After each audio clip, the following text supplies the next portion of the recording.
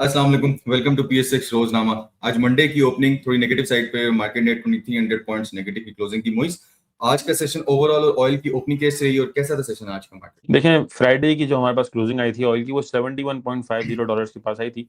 और उसके बाद आज की ओपनिंग हमारे पास $73 के पास आई, तकरीबन $2 ऊपर।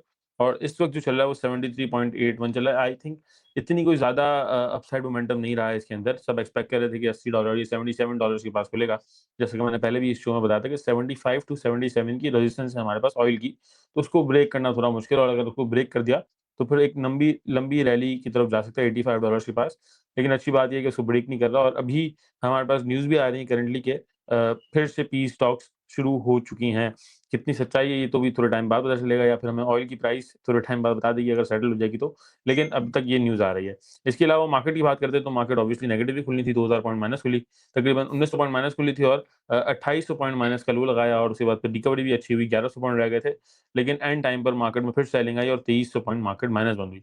लेकिन जो मेनली पॉइंट्स निकले हैं आज, वो यूबीएल बैंक के निकले हैं। पिछले दिनों हम बता भी रहे थे कि यूबीएल बैंक के सबसे ज़्यादा पॉइंट्स ऐड हुए हैं, लेकिन आज यूबीएल बैंक, मीज़ान बैंक, एफएफसी के कुछ पॉइंट्स मार्केट से निकले हैं मार्केट के अंदर। लेकिन अगर देखते हैं तो वॉल्यूम्स और ट्रांज़ैक्शन की जो डेली ट्रेड्स होती हैं, वो भी आज अच्छी खासी हुई हैं। बहुत सारे एसईएफ के अंदर अच्छा मोमेंटम रहा। सिनर्जी टॉप पर था, उसके बाद पूरा रिफाइनरी सेक्टर ही ऊपर चढ़ा हुआ था। ऑटो सेक्टर ने अच्छा परफॉर्म किया। इनिशियली सुबह-सुबह एक रैली भी दी थी, और एंड में साज़गार का हमारे पास जो है वो सेल्स के नंबर आए हैं। तो साज़गार ने भी एंड में अच्छा परफॉर्म किया, और हो सकता है कि कल भी साज़गार की परफॉर्मेंस कंटिन्यू रहे। मोइस, जैसे आपने साजियों का बताया, ऑटो सेक्टर के अंदर हम देख रहे हैं कि जीएसटी हाइक जो है एक आ रही है हाइब्रिड व्हीकल्स के अंदर। इससे कौन कौन सी गाड़ी है जिस पे इम्पैक्ट आ सकता है स्पेसिफिकली अगर हम बात करें, तो थोड़ा सा इस न्यूज़ को थोड़ा डिटेल में बताइए। देखें, जो भी हाइब्रिड व्हीकल्स हैं, हाइब्रिड टोयोटा भी बना रही है, होंडा अगर बना रही है, साज़गार बना रही है, तो जितने लोग हाइब्रिड व्हीकल्स को लेकर आए, डेफिनेटली उसमें जब टैक्सेस इन्वॉल्व होंगे तो प्राइस व्हीकल का बढ़ जाता है। जब बढ़ जाएगा तो बहुत सारे लोग फिर they will go for a cheaper option, क्योंकि अभी तक जो जो चाइनीज कंपेटिटिव मार्केट भी थी, वो it was because of the price advantage, कि अगर आप बहुत सारे लोग जो चाइनीज व्हीकल्स की तरफ इसलिए मूव कर रहे थे कि उन्हें एक प्राइस का एडवांटेज था, और ऑब्वियसली ऑप्शंस भी अच्छे थे, फीचर्स अच्छे थे, and so on and so fourth.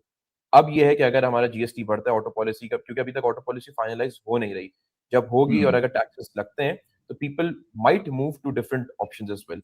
तो शायद बुकिंग्स कैंसिल हो, शायद ना हो, बट जब तक ऑटो पॉलिसी क्लियर नहीं होगी तब तक कुछ एक अनसर्टेनिटी है। और क्योंकि ये अब पूरा देखिए 5 साल के लिए पॉलिसी बनती है, तो उसको बड़ा देख परख के Absolutely. बनाया जाता है। और जब भी कोई इंडस्ट्री लगती है तो उसका पर्पस ये होता है, जैसे हम देखते हैं निषाद ग्रुप लेकर आया जेको को, साजगार हैवेल को लेकर आया, बहुत यूनाइटेड ग्रुप लेकर आया, मल्टीपल मास्टर ग्रुप है, तो प्लेंटी ऑफ ग्रुप्स। हमारे पास लकी मोटर्स है। तो सारे प्लेयर्स जब आते हैं, उसका हपको इज अ मेजर प्लेयर जो हमारे पास BYD लेकर आया, तो उन्होंने अपनी असेंबली लगानी, तो डेफिनेटली फिर ऑटो पॉलिसी में हाइब्रिड के लिए क्या है, जो हमारे पास आईसीई व्हीकल्स हैं उनके लिए क्या पॉलिसी आती है, जो इलेक्ट्रिक व्हीकल्स हैं उनके लिए क्या पॉलिसी आती है। हमने पिछली बार देखा था क्या है, जो हमारे पास इलेक्ट्रिक व्हीकल्स थे उसमें तो जो जो टैक्स होता है सालाना पंजाब में, वो भी कम किया गया, सो दैट एक इंसेंटिवाइज किया जाए इलेक्ट्रिक व्हीकल्स को। But then auto policy finalize होगी तो क्लियर होगा। लेकिन अगर हमारे पास टैक्सेस बढ़ते हैं तो अगेन जो गाड़ियों की प्राइसेस है वो इंक्रीज करेंगे। एक और चीज यहाँ पे ये इंपॉर्टेंट है कि जब जिस जिस सीसी की गाड़ी है और जिस ब्रैकेट में उसका प्राइस है, उसके हिसाब से टैक्सेशन जो है वो फॉल करती है। तो बहुत बार कंपनीज ये करती है कि प्राइसेस नीचे करके टैक्सेस को लोअर कर लेती हैं। सो लेट्स से क्योंकि सीसी तो जिस इंजन पे वो गाड़ी बन रही है वही रहेगा, लेकिन अगर उसकी प्राइसेस नीचे कर देते हैं, कंपनी डिस्काउंट देती है, तो उसमें टैक्स का ब्रैकेट भी कम हो जाता है। बट विल सी कि ये किस तरह प्ले अराउंड करता है नियर फ्यूचर जब ये फाइनलाइज होगा तो। एब्सोल्युटली, इससे मेरा ख्याल है कि कंपटीशन भी मजीद बढ़ गया है। तो जो प्लेयर्स हैं, होंडा, सुजुकी, टोयोटा, इन्होंने भी अपनी गाड़ियों की प्राइसेस जो है बढ़ाने का इनका प्लान है। लेकिन ऑफ कोर्स क्योंकि अब कंपटीशन ज्यादा हो चुका है, दैट इज वन थिंग। हमारी जो टॉप पिक्स थी हफ्तानामा में, हम उनको भी आज डिस्कस करेंगे। उससे पहले हम ऑडियंस के स्टॉक्स की तरफ आते हैं। मुफीज, दो स्टॉक्स हैं, इनकी लॉन्ग टर्म प्रोजेक्शन भी बताइएगा इन्वेस्टमेंट के लिए, सिटी फार्मा और सिस्टम्स। अच्छा, सिस्टम्स टेक्नोलॉजी सेक्टर स्लो है, लेकिन जिस रेट पे मिल रहा है, अगर हम इसको इसके ऑल टाइम हाई, मतलब जो इसका भी हाई था 170 171 के करीब, वहां की प्रोजेक्शंस के लिए लेके रख सकते हैं। लेकिन शर्त यह है कि टेक्नोलॉजी सेक्टर भी चले, इसमें कोई न्यूज भी आए, इसमें मोमेंटम वापस बिल्ड हो। सिटी फार्मा के अंदर ये सिचुएशन है कि सिटी फार्मा अगर हम 52 वीक्स की इसकी रेंज देखते हैं तो 69 के करीब, और 104, यानी 69 टू 104 की इसकी रेंज थी 52 वीक्स हाई एंड लो। और अभी आई थिंक अराउंड कितना 78 के करीब चल रहा है, तो अपने लो के करीब चल रहा है। तो इसको आप इसके जो 52 वीक्स की रेंज का हाई था 104, तो 100 रुपए की रेंज के लिए लेके रख सकते हैं। अगर आपने लेके रखा है तो आप होल्ड कर सकते हैं। ठीक है। अगर आपने रेट करना हो टॉप 3 कंपनीज आईटी सेक्टर के अंदर और टॉप 3 फार्मास्यूटिकल सेक्टर के अंदर, आपकी तरफ से कौन सी कंपनी? देखिए, systems would be top pick, Airlink भी अट्रैक्टिव लग रही है, लेकिन प्रॉब्लम ये है कि टेक्नोलॉजी सेक्टर नहीं चल रहा। तो अगर हम टॉप पिक बताएँ भी तो आप लेके भी रखें तो उसको टाइम लगेगा। तो टॉप पिक तो systems is a good company, लेकिन उसका चलना भी ज़रूरी है। जो फार्मास्यूटिकल की जहाँ तक बात है, उसमें Glaxo would be my first pick. उसके बाद I would go for AGP and then मैं सिटी फार्मा को रखूँगा। बिल्कुल ठीक है मोइस, दो स्टॉक्स आपके लिए, एक बीको स्टील और दूसरा ऑक्टोपस, इनकी भी लॉन्ग टर्म प्रोजेक्शन बताइए। देखिए, बिको हमने पहले ही बताया था, ये प्रॉपर बाइंग रेंज के अंदर ही है। इस वक़्त ₹5.38 पे। इसका जो 52 वीक का हाई है, वो तकरीबन ₹9 के पास का है, तो यहाँ से ₹4 गेन है इसके अंदर। लेकिन इसके अंदर ये होगा कि आपको थोड़ा होल्ड करना पड़ेगा। सेक्टर पूरा चलेगा इंजीनियरिंग का, तो ये अच्छा परफ़ॉर्म कर जाएगा। ₹10 का इसका टारगेट है, यानी कि यहाँ से डबल होने के चांसेस हैं इसके अंदर। ऑक्टोपस इस वक़्त लॉसेस के अंदर है। ऑक्टोपस से बेहतर है आप एवीएन के अंदर इन्वेस्टमेंट कर लें, लेकिन इसके अंदर भी यही है कि साल 2 साल का अगर आपका इन्वेस्टमेंट का पीरियड है, तो आपको गेन मिल जाएगा।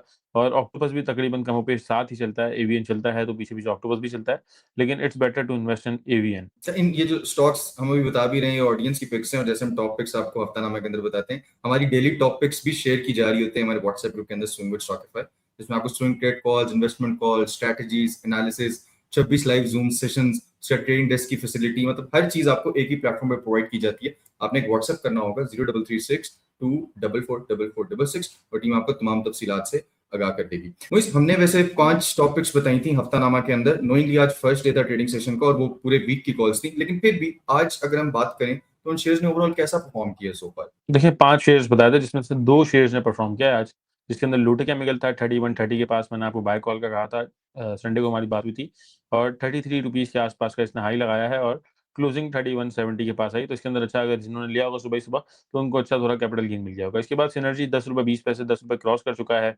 और इसका प्रॉपर ब्रेकआउट भी हो चुका है, तो अब ₹12 तक जाने के चांसेस हैं। इसकी आज न्यूज़ भी लगी थी, वो भी पॉजिटिव है, बड़ी रिफाइनरी भी है, और अपग्रेड की जो बात कर रहे हैं, रिफाइनरी अपग्रेड की है, रिफाइनरी पॉलिसी जो आने वाली है परसों इंशाल्लाह अनाउंस हो जाएगी, तो उससे भी बड़ा बेनिफिट सिनर्जी को मिलेगा। तो सिनर्जी स्टिल आपकी वॉच लिस्ट के अंदर तो होना ही चाहिए, और कुछ ना कुछ शेयर्स पोर्टफोलियो के अंदर भी होने चाहिए आपके। ठीक है, मूवीज जैसे मुझे ने बताया कि 2 शेयर्स हैं जिन्होंने अच्छा परफॉर्म किया। ऑफ कोर्स कॉल तो ये पूरे वीक के लिए थी, एक दिन के लिए तो थी नहीं, लेकिन जो कॉल्स हम देते हैं उनके साथ एक स्ट्रैटेजी भी होगी ऑफ कोर्स, जो कि हम बताते भी हैं। थोड़ा सा बताइएगा कि उस उन कॉल से क्या स्ट्रैटेजी होनी चाहिए और किस हद तक कैपिटल एलोकेशन उन कॉल्स के लिए रखनी चाहिए। और मार्केट, जैसे मुझे ने बताया, एक पॉजिटिव न्यूज का भी वेट है, तो जब तक नहीं आती छोटी मोटी करेक्शन के साथ मार्केट में किस तरीके से काम करना चाहिए? देखिए, एक तरीका तो ये तो है कि आप फर्स्ट रूल ऑफ थंब ये है कि आपने सारा कैपिटल नहीं लगाना। सो लेट्स से आपके पास कोई भी कैपिटल है, आप उसका 30-40% यूज़ करें मार्केट में, उस बाकी आप कैश में रहने दें, क्योंकि अभी मार्केट में आपको ऑप्शंस मिलते रहेंगे। अच्छा, जैसे मुइज़ ने आपको कोई कॉल दी या मैंने आपको कोई कंपनी बताई या आपने कोई कंपनी शेयर की, तो आप उसको 500,000 शेयर ले लें। ठीक है, आपने 500,000 शेयर ले लिए, अगर लेट्स से वो कंपनी परफॉर्म करी, आप थोड़ी-सी क्वांटिटी ऐड कर लें, फिर उसको ट्रेल करें। एक तरीका ये है। अच्छा, उसके बाद ये डिपेंड करता है, जैसे मुइज़ ने कहा कि हमने 5 कॉल्स दी और फिर अब कौन-सी कॉल लेनी है, कौन-सी नहीं लेनी। तो अगर आपके पास कम कैपिटल है, तो आप उसमें से कोई 2 कंपनीज़ पिक कर लें। डेफिनिटली सारी, अब जैसे अभी मुइज़ ने बताया कि 5 कंपनीज़ में से 2 कंपनीज़ परफॉर्म कर गई, तो हो सकता है आप कोई ऐसी 3rd, 4th कंपनी लें जो उस वक़्त परफॉर्म ना कर रही हो, तो कोई परेशानी की बात नहीं होगी।